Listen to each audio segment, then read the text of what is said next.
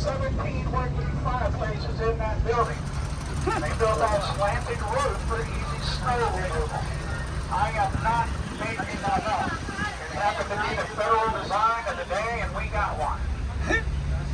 Now that plot of ground on the right is for that memorial. And that memorial is for 187 Union soldiers that died on this island of Yellow Fever during the American Civil War. Key West was a Union-controlled city in the Confederate state of Florida for that entire war, and that's going to come up again on our tour. And to the right, past these cannons, is Bow Fishing's Maritime. Bow Fisher discovered another load in 1985, and they were two Spanish galleons, the Conch and the Santa Margarita, put aground in the hurricane at 1622, 30 miles west of us. Well, that since that discovery, they have put up over $400 billion of gold, silver, and emeralds. Much of it on display. But listen to this. They are still finding it out there. 9 months ago, a 612-carat uncut Colombian emerald was found in 5 feet of water by a 19-year-old New Jersey girl. Oh my God. After 2 months in state court, Florida said she could keep it. A lot of people wanted that rock to stay here. Wow. Now, coming up on the right, these twin white columns you'll see are known as the presidential gates that lead up to Truman's little White House. These gates will only open for visiting U.S. presidents. These were last open for Donald Trump in his first administration. They were opened 11 times for Harry Truman. Before I retired, I cooked for 2 U.S. presidents. Chef Philheimer and I spent a week cooking for the Carter family. And yours truly was invited to cook for Bill Clinton and his wife when she came down as a U.S. senator, so I'm going to play a ditty for the presidents.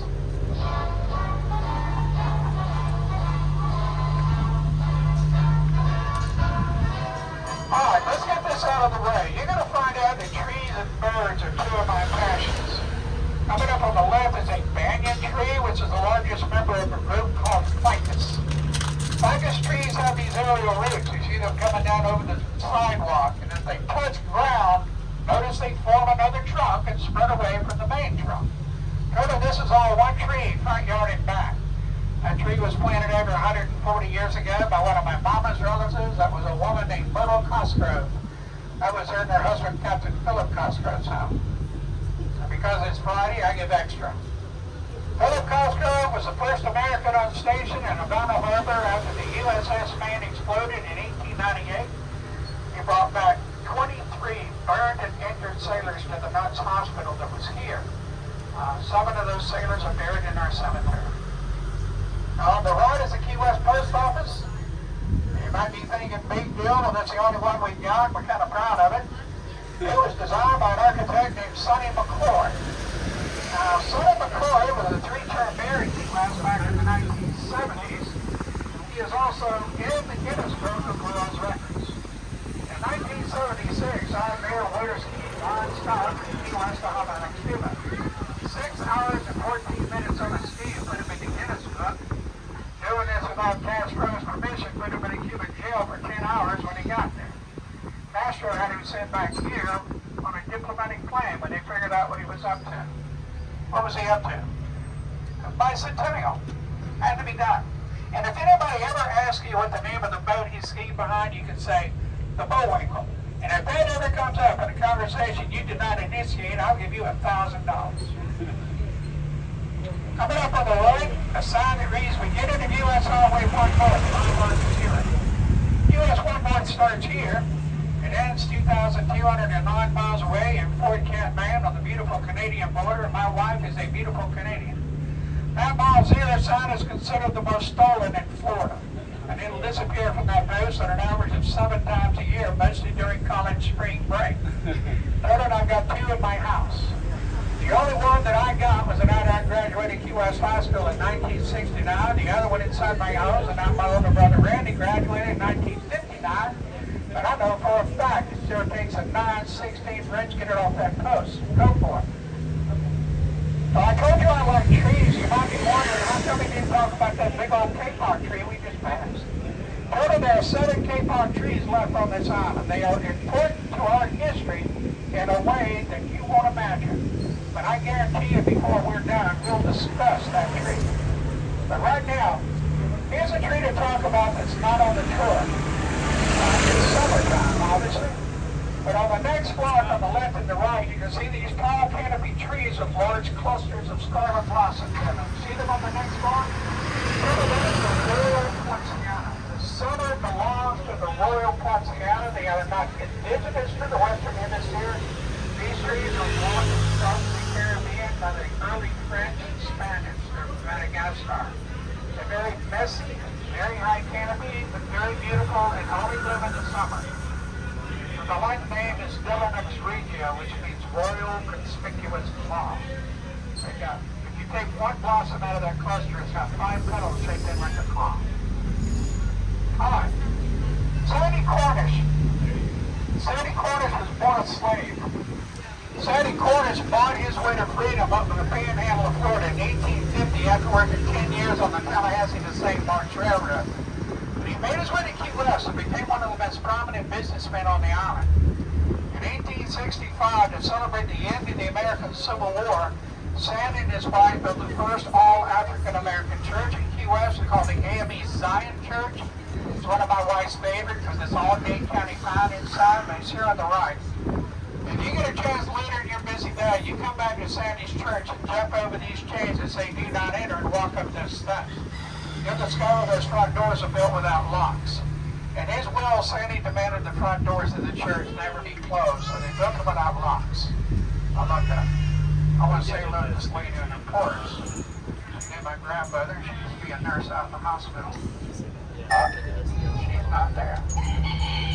Oh, anybody from Georgia? Raise your hand. Well, you'll understand why I'm asking that in just a second. Ernest Hemingway and his second wife, Pauline, lived in Key West full time in 1931 and lived here for 10 years as a couple. After their divorce, Mr. Hemingway moved away, but Miss Pauline stayed in this home you're going to see until she died. She was very good friends with my grandmother who lived on the next block where I live today. My grandmother thought Pauline Hemingway was the most beautiful woman she'd ever seen, and she was a very pretty girl. So the Hemingway house is coming up on the left behind this brick wall. Now, the house is known as French colonial design, and it was built in 1856 by a record collector named Ethan Kemp. If you've ever heard of Kemp College or Kemp in Georgia, they're the same 4 brothers from Connecticut. 2 settled here, 2 settled in Georgia. In fact, that house is made with good Georgia longleaf white pine that came down here through Savannah. Now, on the right, you're going to see a tree with multiple trunks. This is called a Spanish laurel tree. If you look behind that, you'll see a large, round, white cement structure. So you look at the top of that large, round, white cement structure, you're going to see a lighthouse. Go to the Key West Lighthouse, or still a working lighthouse from 1969. This is all a museum today. Now, the original lighthouse was built 4 blocks ahead of the southernmost point where we're headed. The hurricane of 1846 was known as the Great Havana Hurricane. It brought a lot of families, including mine, from the Bahamas. But in Key West, it washed that original lighthouse into the ocean with 13 people hiding inside. One survivor, 12-year-old girl. How? Nobody knows. But this lighthouse was built on iron ground in 1847. Anyone even up there yet? It is 88 steps to the top of that lighthouse. Yes, you can go up there. You see every inch of the side. I don't see our car. I think the scooter to work. There's a little yellow house coming over the left, right behind this brown tree. It's green doors and shutters. There's a pretty pink frangipani in the front yard. It was built in 1899. My wife has labeled this the coconut. We've been there almost 39 years now. I know it's small, but we didn't have any kids. It went very well for us. And when we moved in there 48 plus years ago, it was painful. All right, now listen to this. The U.S. Navy.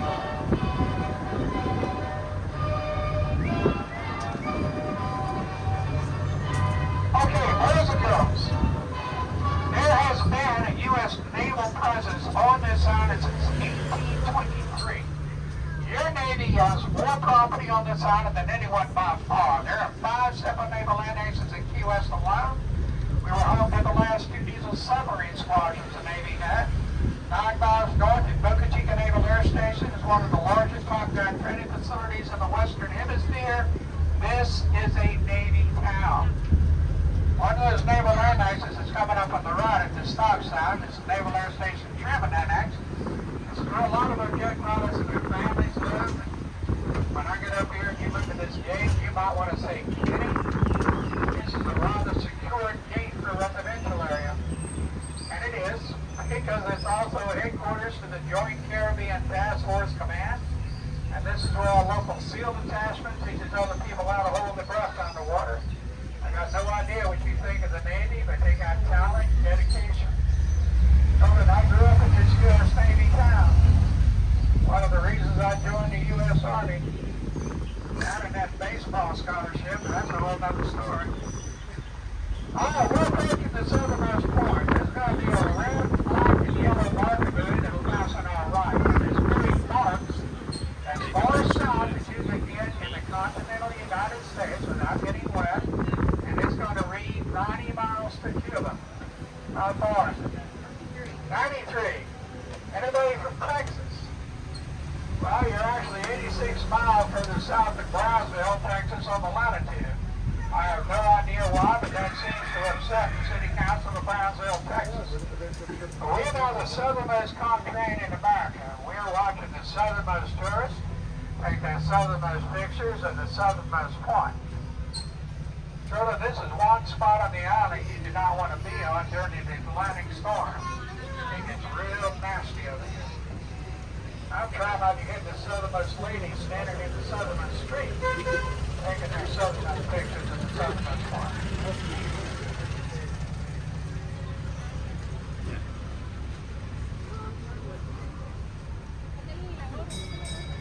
How about a southernmost mansion? Coming up ahead of the train on the right is a beautiful three-story Queen Anne architecture house that was built in 1899 by Judge Bonnie Harris for his wife. Now, Judge Harris built this beautiful house with very expensive imported bricks. He put only one bedroom in the center of the second floor, and he built the walls at the base almost 5 feet thick. Judge Harris had a morbid fear of Seminole Indian attack. He actually fought in the Third Seminole War. But have the Seminoles ever attacked Key West? No. Close, but no. Truman, look at us on the left corner. See if you can read that address above the door in stained glass. 1327. And that is an odd number, but that is the even side of the street. Truman, that house was built across the street by Eduardo Canto, a cigar manufacturer. Later in his life, he didn't like the way the setting sun hit the balcony, so he had it picked up, turned around, and moved to where you see it now. The only odd-numbered house on the even side of our streets. I love that. On the left is the Butterfly Conservatory. 200 different species of free-flying butterfly in there. 2 adult flamingo walking around and like people. Do you see the flamingos? And their names? Red? Scarlet. Exactly. I take my grandniece there quite often. She loves it, and I love it. Let me talk about cigars for a moment. Truman, in 1831, a man from London by the name of William Wall started the first successful cigar company here. But it would not be until the late 1800s with the revolution in Cuba against Spain that many of the Cuban manufacturers came. Truman, by 1895, there were over 100 large and small cigar factories on the island. And in 1895 alone, they rolled over 100 million for export. Fire, hurricane, labor dispute. Sent a lot of that north to Tampa. Truman, a lot of people came through here in the way to Cuba to fight Spain. One of those is a man named Jose Marti. Jose Marti was a passionate speaker, a poet, and a fighter for Cuban independence. In 1895, he was on his way back to Cuba, and he stopped here to make a speech trying to raise sympathy and money. The speech is really quite famous, and the balcony he made this from, at least to us, is a landmark that we think represents freedom. That balcony is here on the right by the red umbrellas of a restaurant known as La Tida. La Tida? Well, that stands for La Terraza de Martí, or the Balcony of Martí. I believe that every maneuver might be an entirely political appeal, as I understand it.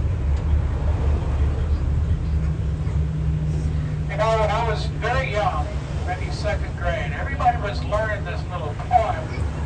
And the first line of the poem was, Jose Marti would never see Cuba free. 15 days after that speech, he was killed at a battle known as Dos Rios, the Two Rivers, in the state of Santiago, east of Cuba. Anybody back there familiar with the poetry of Jose Marti? You know, you might be and not know it. Back in the 60s, we had something called the folk era. One of the biggest voices was a man named Pete Seeger. One of his biggest songs was Ron Touching Matter, Money to One Daunting Matter. You guys remember that song? That is a poem by Jose Marti about a very sincere man from the island of Palms and a beautiful woman from Guantanamo. Oh, on the right is the Gato building, and these are county offices. And this used to be a wood structure. This was a cigar factory up in Guanajuato. When I tell people that we rolled 100 million cigars in 1 year, many find this hard to believe until they start seeing some of these factories that are still here. Who do you think made the most money in a cigar factory besides the owner? Would you be surprised if I said strippers? Clothes? No. This is what they call people who have the very talent of stripping the veins out of a tobacco leaf without breaking the leaf itself. It was very important with very high quality cigars. They called them strippers. All right, we're an island. We determined this. We happen to be on the northern basin of the Atlantic Caribbean, and something called yellow fever has hit it many times. The worst yellow fever epidemic in Key West was the summer of 1829, and it took 15% of every man, woman, and child. After 7 more major epidemics, in 1895, the state of Florida sent down a health officer to bring this under control. But children, in 1895, nobody knew the cause. In fact, most physicians in the world in 1895 were convinced. They were absolutely convinced that yellow fever was a very contagious disease. It spread from human to human. But it's not. In fact, that would be proven the case in 1901 down in Cuba by a U.S. Army surgeon named Walter Reed. You know that name, right? Walter Reed. He proved it was a mosquito-borne illness, not contagious at all. But Walter Reed died within 1 year of that.